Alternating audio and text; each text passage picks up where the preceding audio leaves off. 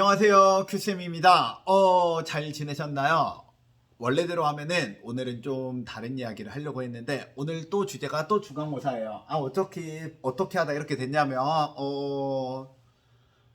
오늘이 우리 학교 시험이거든요. 근데 오늘이 우리 학교 시험인데 내가 갑자기 뜬금없이 다른 얘기하는 것도 좀 그렇더라고요. 해서 시험이기도 하고 우리가 시험 친구들이 잘 봤으면 좋겠다는 마음도 좀 담아서 어떻게 하면 시험 문제를 잘 풀 수 있을지 한번 여러분들에게 알려줄까 했어요. 왜냐면 잘 생각을 해봤더니 옛날에는 중학생이면은 시험을 되게 많이 봤거든요. 초등학교 때부터 시험을 봤으니까 시험을 봐본 적이 굉장히 많고 해서 상관이 없는데 지금은 현재 중학교 1학년이면 이번이 첫 시험이고 중학교 2학년 아니 중학교 3학년이라 치면은 한 시험 한 3-4번 봤나? 그리고 따로 여러분들이 공부를 좀 열심히 해가지고 학원이라든지 대회 같은 데 나가서 시험을 본 적이 없으면은 여러분들이 시험 전체 인생에서 보면 되게 초짜 인생이더라고요. 그래서 나는 여러분들에게 시험 문제를 많이 맞추려고 해주는 것보다는 내가 그래도 알고 있는 문제 정도는 다 맞춰야 되지 않을까라는 생각에 여러분들에게 시험 문제 잘 푸는 방법에 대해서 이야기를 해주려고 하고 있고요. 이게 여러분들이 좀 마음에 들면은 구독, 좋아요 해주시고 한번 우리 같이 시험 어떻게 하면 잘 풀 수 있는지 한번 생각을 해봤으면 좋겠습니다. 이야기해 드릴게요. 일단 시험을 잘 풀기 위해서는 어떻게 하면 좋을까? 굉장히 당연한 소리긴 하지만 첫 번째로 제일 중요한 거는 쉬운 문제부터 풀어야 돼요. 당연한 소리 아니냐? 근데 니들 이거 잘 안 지키잖아. 우리가 시험 문제를 풀면 너희가 보통 어떻게 풀어요? 시험 문제 딱 받으면은 1쪽부터 막 이렇게 푸는 거지. 1번 풀고 그 다음 2번 풀고 3번 풀고 해서 25번 풀고 이렇게 풀잖아. 이렇게 풀지 말라고. 시험 문제 풀 때는 시험 문제부터 풀어요. 무슨 말이냐면 여러분 앞에 몬스터가 쫙 널려있을 때 일단 뭐부터 잡아야 돼? 잡기 쉬운 거, 레벨 낮은 거부터 잡아야 되잖아. 시험 문제도 똑같아요. 여러분 시험 문제가 똑같은 3점짜리에서 모두 다 난이도가 다들 1분 만에 아니 3분 만에 푸는 게 아니란 말이야. 어떤 문제는 한 30초 만에 푸는 문제도 있고요. 어떤 문제는 3분이 아니라 5분간을 걸려서 낑낑대면서 풀어도 틀린 문제도 있단 말이에요. 그러니까 일단 30초 아니면 1분 만에 풀 수 있는 문제부터 다 풀고 그 다음에 남은 시간을 써야지. 근데 이거를 여러분들이 가끔씩 오해하면은 그럼 1번이 무조건 쉬운 거 아니에요? 라고 생각하지만 그건 선생님들이 너희들을 배려해서 그렇지 가끔씩 배려 없는 선생님이 있잖아? 그러면 곧바로 1번부터 나가 떨어지는 거야. 왜 그러냐면 선생님들이 대부분 시험 문제를 배치하는 배치 방법이 보통 두 가지 있거든요. 첫 번째는 시험 문제를 난이도별로 배치하는 방법이 있어요. 뭐냐면 시험 문제를 1번부터 25번 만드는데 1번부터 좀 번호 좀 앞쪽은 쉬운 문제를 배치하고 뒤쪽으로 가면 갈수록 어려운 문제를 배치를 해줘요. 그러면 자연스럽게 앞쪽 문제부터 쭉쭉쭉쭉쭉 풀면서 뒷 문제를 풀면 되도록. 대부분의 시험들이 이렇게 돼 있으면 좋겠지만 모든 시험이 이렇게 돼 있진 않아요. 또 하나 시험 문제 배치하는 방법이 있거든. 바로 뭐냐면 영역별로 배치하는 방법이 있어요. 이건 어떻게 하냐면은 시험 문제가 예를 들어서 1단원부터 3단원이잖아요. 그러면 1단원에서 8, 2단원에서 8, 3단원에서 8문제를 낸다 하면은 1단원 문제를 8개를 1번부터 8번을 주는 거야. 2단원 문제는 9번부터 16번, 3단원 문제는 17번부터 24번까지 그냥 주게 되는 거지. 그리고 이 단원 내에서 어려운 문제가 이 안에서 배치가 되는 경우도 있어요. 뭐 예를 들어서 말을 해보자고 시험 문제 6번이 어려우면 어쩔 건데 6번이 최상위 문제면 어쩔 건데 그럴 수 있단 말이야. 그렇게 됐을 때 여러분들이 앞에서부터 문제 풀다 거기서 막혀버리잖아. 그러면 뒤에 쉽지만 여러분들이 시간이 없어서 못 푸는 문제가 굉장히 많이 생길 수 있어요. 그렇기 때문에 일단 먼저 해야 되는 거는 여러분들이 어떤 문제가 쉬운 문제인지 쭉 확인해 보면서 쉬운 문제부터 체크해 가지고 먼저 풀어야 돼요. 그거 시간 생각보다 얼마 안 걸려. 그러면 어떤 문제가 쉬운 문제인지 파악할 수 있는 눈이 있어야 될 거 아니야. 시험 문제를 파악할 수 있는 제일 쉬운 방법.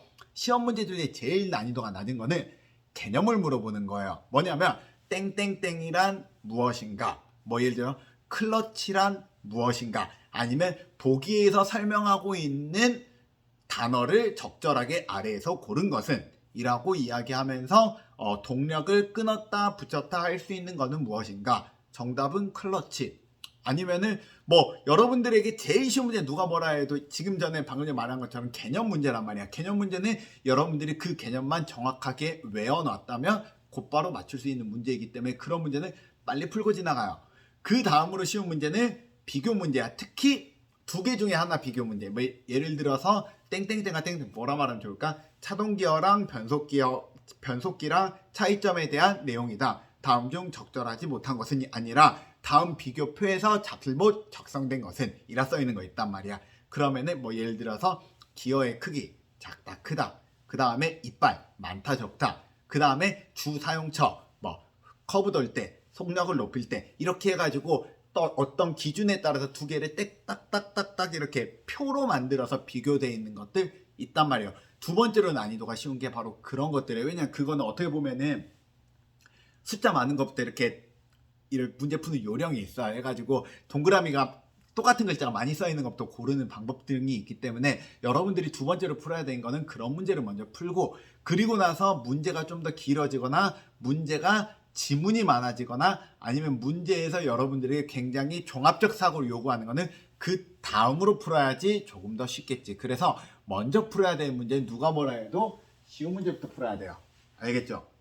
두 번째로는 여러분, 이거는 시험 문제 풀 때 팁이기도 하고 저도 실제로 많이 쓰는 건데요. 뭐냐면 시험 문제를 일단은 이 시험지를 봤잖아요. 시험지를 받자마자 무엇을 하냐면은 내가 가장 많이 헷갈리는 부분을 내가 써놓는 거예요. 어떤 걸 예를 들어 써놓을까? 예를 들어서 내가 계속 많이 헷갈리는 부분이 예를 들어서 이런 거라고 한번 해보겠습니다. FF 방식과 FR 방식 중에 어떤 방식이 오르막길을 잘 올라가는지에 내가 헷갈려.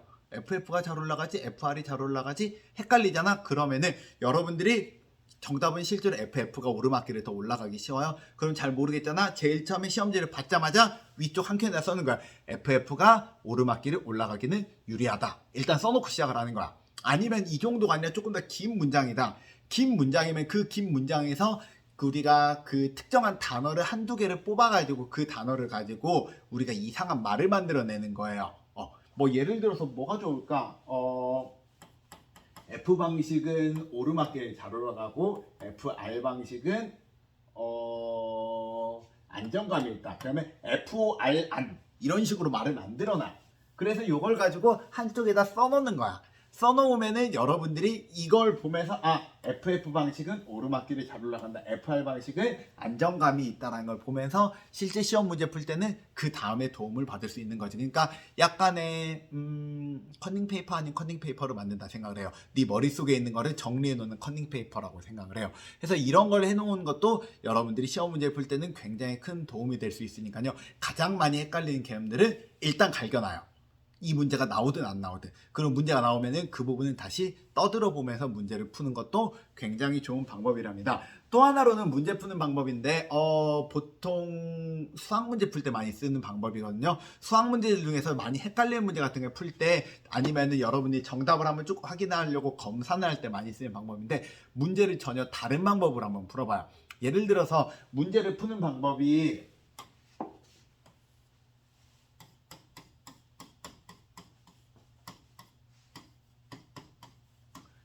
말도 안 되지만 아주 시험 문제를 푼다. 근데 이걸 문제가 맞느냐 틀리냐, OX 문제가 나왔다 하면은 제일 처음에 우리가 문제 풀 때 가장 쉬운 거는 요거 먼저 더해서 숫자 나오고, 요거 더해서 숫자 나오고, 요거 더해서 숫자 나오는데 얘랑 다르니까 정답은 아니다. 이렇게 문제를 풀면 되는데, 우리가 이걸 다른 방법을 한번 풀어보라고. 다른 방법이라고 풀면은 이거를 이쪽으로 넘겨버릴 수도 있겠지.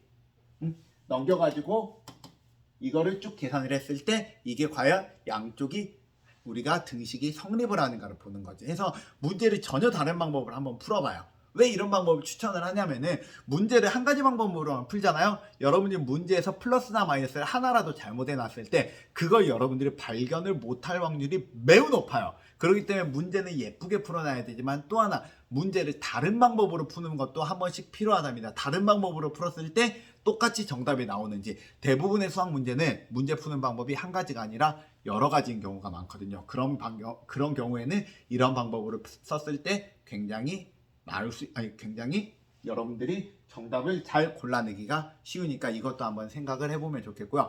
마지막으로 하나, 여러분들 대부분 문제를 풀다 보면은 긴가민가 할 때 많잖아요. 특히 이 대부분 여러 개로 안 헷갈리거든. 둘 중에 하나로 많이 헷갈려요. 둘 중에 하나로 많이 헷갈릴 때는 여러분들이 한번 생각을 해봐요. 이게 만약에 둘 다 오답이라고 한번 생각을 해봐요. 둘 다 오답이라 생각하면 어딘가에서 그 내용을 만들었을 거 아니야.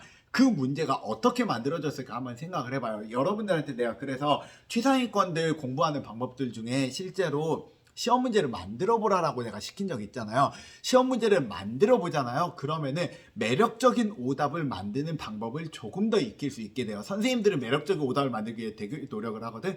그러니까 이게 그럴싸한데 몇몇 가지 경우의 수를 빼면 이게 말이 안 되는데 싶은 그런 오답을 만들어내려면 첫 번째 시험 문제 만들어 본 경험이 많든지, 그게 아니면은 여러분들이 한번 이걸 역으로 시험 문제를 만들었다 생각하면 어떤 걸 매력적인 오답으로 만들었을 때 내가 더 고르기 쉽지? 누가 더 매력적이지? 라고 한번 생각을 하고 문제를 풀어봐요. 이거는 여러분들의 실제로 적절한 예시가 없으면 조금 말하기 어려운데, 이건 여러분 시험 문제를 볼 때 한 번만 더 생각을 해보면 좋겠습니다. 만약에 이걸 가지고 매력적인 오답이라 누가 더 매력적이라 해서 누가 더 거기에 퐁당퐁당 빠질지 한 번만 더 생각을 해보시기 바랍니다. 자, 시험입니다.